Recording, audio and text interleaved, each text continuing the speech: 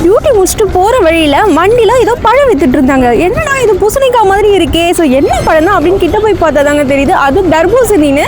மக்களே தர்பூசணி வாங்க போலாமா? அங்க பாருங்க வெயிட்ல தர்பூசணி இருக்கிறாங்க.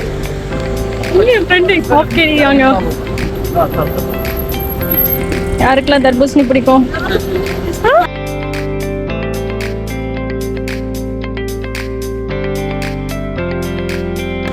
Sobi? 500 fish. Sobi எப்படி அது? Nus dinar.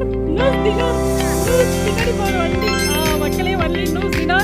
வாட்டர் மில்லட் யாரெல்லாம் வேணும் ஒன்று வாங்கிக்கோங்க. ரொம்ப வெயிலுக்கு ரொம்ப நல்லது. இது எங்க அப்படி பார்த்தீங்கன்னா ஹவாலில லூலு ஹைப்பர் மார்ட்டுக்கு கீழே. Okay thank you. சாப்பிட்டு கூட கொடுத்தாங்க. சாப்பிட்டு வாங்கி சாப்பிட்டே வாங்கலாம். ரொம்ப டேஸ்ட்.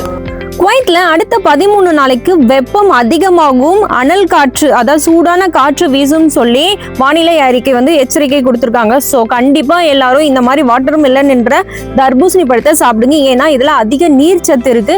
ஸோ உங்களோட உடம்ப குளிர்ச்சியா வைக்க உதவும். நன்றி, வணக்கம்.